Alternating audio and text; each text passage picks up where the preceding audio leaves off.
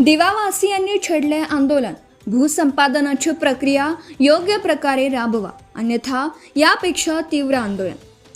सार्वजनिक प्रकल्पासाठी जमीन संपादन करताना योग्य मोबदला व पुनर्वसन न झाल्यास रहिवासी आंदोलन करतात। भूसंपादन कायदा 2013 नुसार जमीन संपादन प्रक्रियेत पारदर्शकता आणि बाधित व्यक्तींचे पुनर्वसन अनिवार्य आहे। असाच प्रकार दिवा येथे सुरू आहे। दिवा रेल्वे स्टेशन येथील पूर्व पश्चिम मार्ग जोडणारा जो उड्डाण पूल आहे तो रेल्वेच्या हद्दीपर्यंत पूर्ण झाला आहे। पुढे तो प्रशासन आणि ठाणे महानगरपालिकेच्या अखत्यारीत येतो।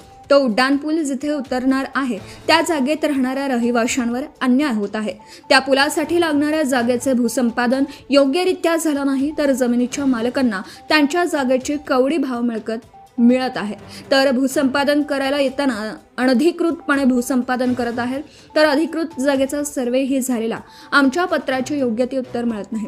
जबरदस्तीने भूसंपादन चालू आहे नाही अशा तेथील रहिवाशांचा आरोप आहे। भूसंपादनाचे पैसे आत्ताच्या बाजारभावाप्रमाणे द्यावेत आणि तेथील बाधित रहिवाशांचे योग्य प्रकारे पुनर्वसन करावे अशी त्यांची प्रमुख मागणी आहे।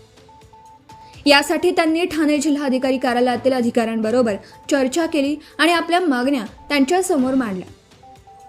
आमच्या मागण्या मान्य झाल्या नाही तर यापुढचं आमचे आंदोलन तीव्र असेल असं यावेळी तेथील रहिवाशांनी सांगितले। सदर प्रसंगी प्रकल्पग्रस्त बाधित रहिवासी विशाल एकनाथ भगत, करण रमेश पाटील, सुभाष सीताराम म्हात्रे, ज्ञानेश्वर रामभाऊ म्हात्रे, संतोष जीवन म्हात्रे, अभिषेक ठाकूर, निलेश मनोहर म्हात्रे, अजित एकनाथ भगत, निलेश एकनाथ भगत, मनुभाई सीताराम मोरे, वेणुबाई विष्णू पाटील आदी गावकरी सदर प्रसंगी उपस्थित होते।